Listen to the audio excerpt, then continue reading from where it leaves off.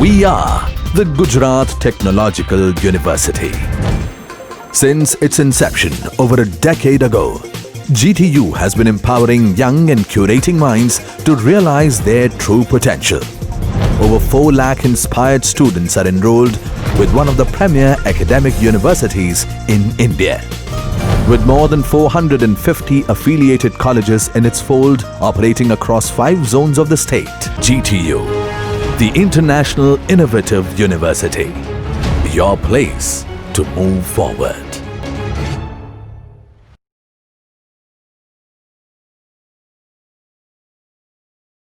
Okay, so now let's have a look at details of engine. We'll look at different components used in engine. So first, here you can see a crankshaft. Here this black shaft in this figure is considered as crankshaft. On that crankshaft, one link is mounted, okay, with pin joint, you can say,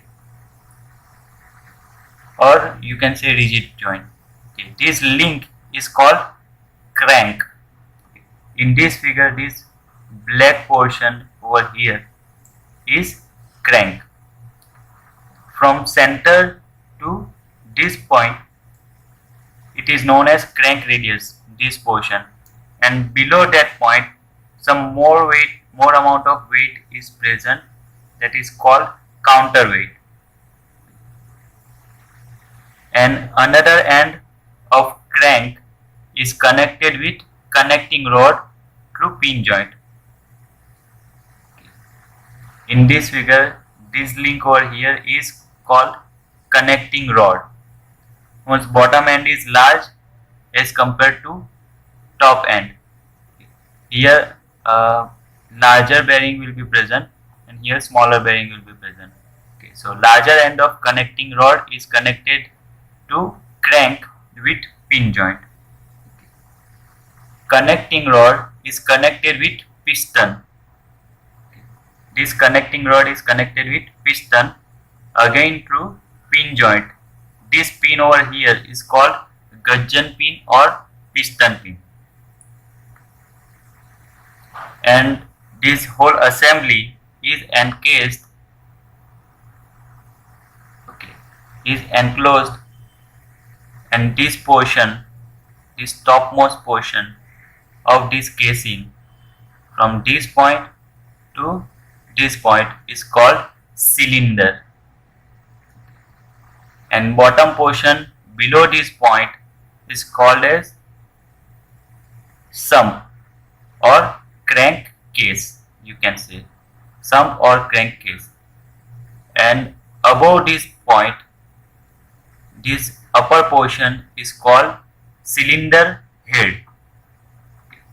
Cylinder head will have opening for inlet and exhaust gases and opening for valves, as well as spark plug for petrol engine and fuel plug for diesel engine. So this many openings are present in cylinder head. So this mechanism over here is basically a valve operating mechanism. How these valves will open and close automatically based on position of piston. So here many arrangements are possible. Here gear arrangement is shown. So this crankshaft, on this crankshaft a smaller gear is mounted, and this gear is in mesh with another gear, and this gear is connected with this camshaft. Okay, this shaft is known as camshaft. On this camshaft, 2 cams are present, and these cams are in contact with these rods, vertical rods, also known as push rods, and these push rods are in connection with this lever mechanism over here, and at the other end of the lever, valves are present. So according to rotation of this crankshaft, this camshaft will rotate, and according to position of this cam, this push rod will move up and down, and this up and down movement will be transferred to these valves through this lever mechanism. So let's take up each components one by one. So first one is cylinder. Cylinder is basically a heart of engine in which fuel is burnt and power is developed. Okay. So fuel will be burnt inside cylinder and power will be developed. So cylinder has to withstand very high pressure and temperature because some combustion of fuel is carried out within cylinder. Therefore cylinder must be cooled. Okay. In bikes it will be cooled with air. In heavy automobiles it will be cooled with water. The inside diameter of cylinder is called bore and the piston reciprocates inside the cylinder. The inside diameter of the cylinder is called bore. Inside diameter, this diameter of cylinder is called bore. Theoretically, the inside diameter of cylinder and diameter of piston is same theoretically, but in actual practice there will be a slight difference. Theoretically it is same. Next, cylinder head. So cylinder head covers top end of cylinder. It provides space for valve mechanisms, spark plug and fuel injector, etc. Figure shown here is a cylinder head of heavy automobile, in which here you can see 4 ports are given. Okay, this is exhaust port. These 4 ports you can see over here is for valve, and this is for inlet of fuel, and on the other side for exhaust of exhaust gases. Okay. This hole here in middle is provided for spark plug in spark ignition engine and for fuel injector for diesel engine. This I am talking about this middle hole. And next component is piston. Piston is basically a close fitting hollow cylindrical plunger reciprocating inside the cylinder. The power developed by the combustion of fuel is transmitted by the piston to the crankshaft through connecting rod. Okay. In this figure we can see the combustion of fuel will take place over here. So thermal energy will be generated, high pressure and temperature condition will be generated over here. So due to that high pressure, this piston will move downward, and this downward movement of piston will be converted into rotational motion of this crankshaft through this connecting rod and crank. Piston will transfer the force on connecting rod will transfer the force on crank. So crank will rotate. So this motion will be transferred to crankshaft. The crankshaft will rotate. So piston will look like this. It is basically a hollow plunger. Okay. And on top of piston, these 3 slots are provided. What is the purpose? We will discuss later on. Okay. So it is basically a hollow plunger, and this hole here provided is for pin joint. So next is piston ring. The piston rings are the metallic rings inserted into the circumferential grooves provided at the top end of the piston. Okay. Piston rings will be assembled in these grooves. Okay. In these grooves present on the piston.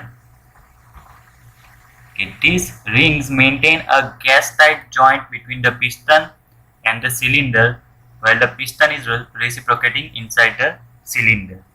So as I said, theoretically the diameter of piston and internal diameter of cylinder is same, but in actual practice there must be some gap so that relative motion can be possible. Okay, so there may be chances that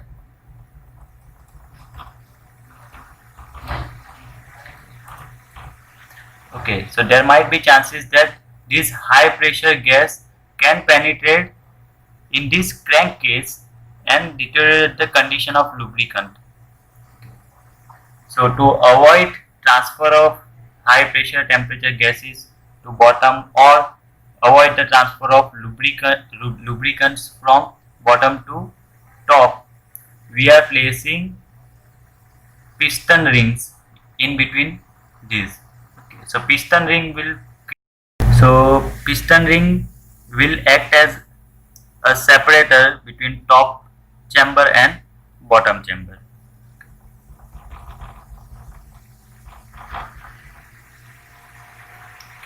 It will provide a gas-tight joint between piston and cylinder while the piston is reciprocating in the cylinder. Next component is piston pin or gudgeon pin. As I said, it is just provided. It acts as a pin joint, and it is present between piston and connecting rod. This is made of steel by forging process. Next is connecting rod. Connecting rod basically is a member connecting piston through pin and crankshaft through crank pin. It converts reciprocating motion of the piston into rotary motion of crankshaft. Okay. This component is called connecting rod. Okay. This larger end is connected with crank and this smaller end is connected with piston. Both ends are connected through pin joint. Okay. Pin joint connection will be there. Okay. So this component is responsible for converting reciprocating motion of piston into rotary motion of crankshaft. Next is crank and crankshaft. The crank is a lever that is connected to the big end of the connecting rod by a pin joint with its other end connected rigidly to a shaft called crankshaft. It rotates about the axis of the crankshaft and causes the connecting rod to oscillate. As I showed in last figure, this component is called crank and the shaft is called crankshaft. This crankshaft is for single cylinder engine for bikes, and this shaft is for multi-cylinder engines in cars or heavy automobiles. The big end of the connecting rod is connected over here to pin joint. Next component is valves. So engines have both intake and exhaust type of valves which are operated by the valve opening mechanism. As I showed in detailed figure that these valves are operated through camshaft, pushrod and lever mechanism. The valves are the devices which controls the flow of the intake and exhaust gases. So these valves are responsible for flow of fuel inside the cylinder and flow of exhaust gases outside the cylinder. It will look like this.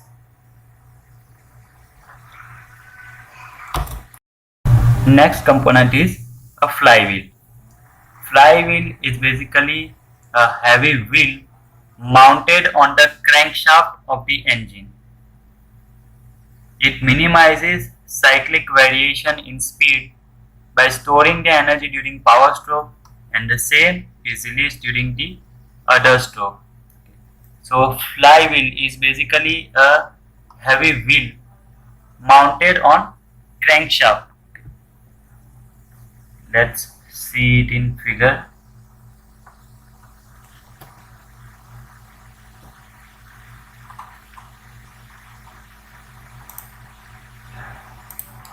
Okay, so flywheel will be mounted on crankshaft. It will be mounted over here, a wheel. whose purpose is to store the excess energy and give back that energy when requirement arises. Okay. So we'll see that in detail while discussing 4-stroke and 2-stroke engine, how flywheel works.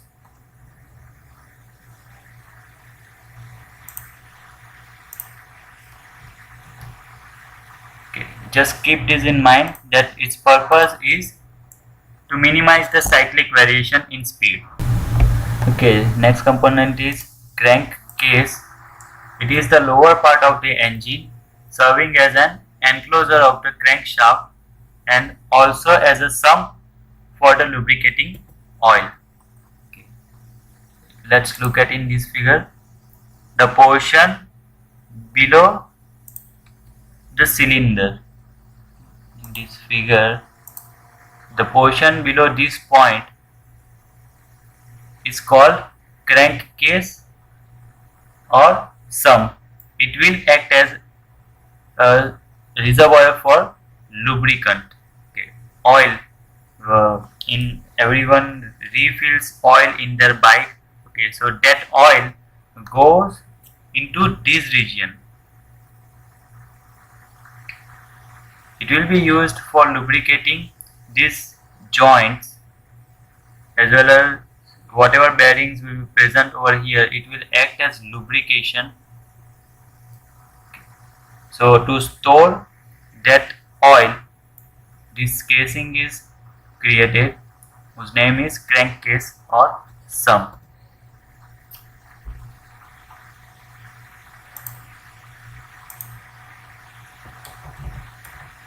Next component is carburetor. Carburetor is used in petrol engine for proper mixing of air and petrol. So basically in petrol engines, first we are mixing air and petrol, then we are sending this mixture into cylinder, then we are igniting that mixture.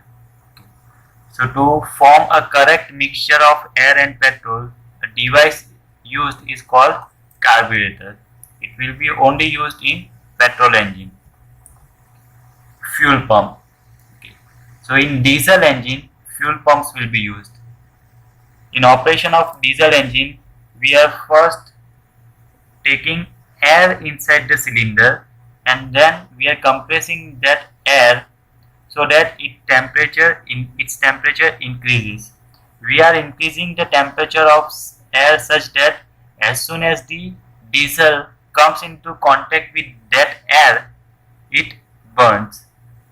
Okay, so fuel pump is used to insert the fuel inside the cylinder in diesel engine. Fuel pump is used in diesel engines only for increasing pressure and controlling the quantity of fuel supplied to the injector. And fuel injector. Fuel injector is used to inject the diesel fuel in the form of fine atomized spray under pressure at the end of compression stroke. Okay. We are converting the diesel fuel into small atomized spray so that efficient burning can take place. Next component is spark plug. It will be used only in petrol engine. Okay, spark plug is used in petrol engine to produce a high intensity of spark for ignition of air fuel mixture in cylinder. Okay. We are producing spark in this space over here to burn the air and fuel petrol mixture.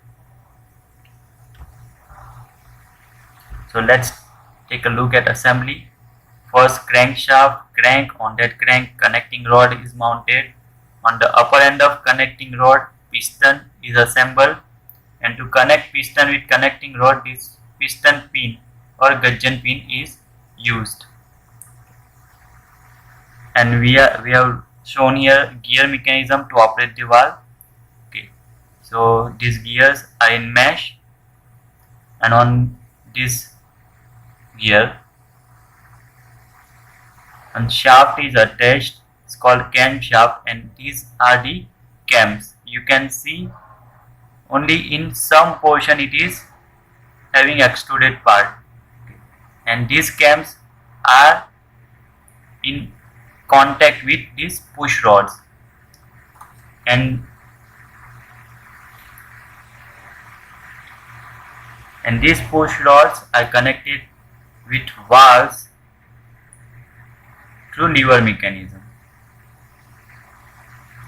And here we can see the working of the engine and how valves are operated.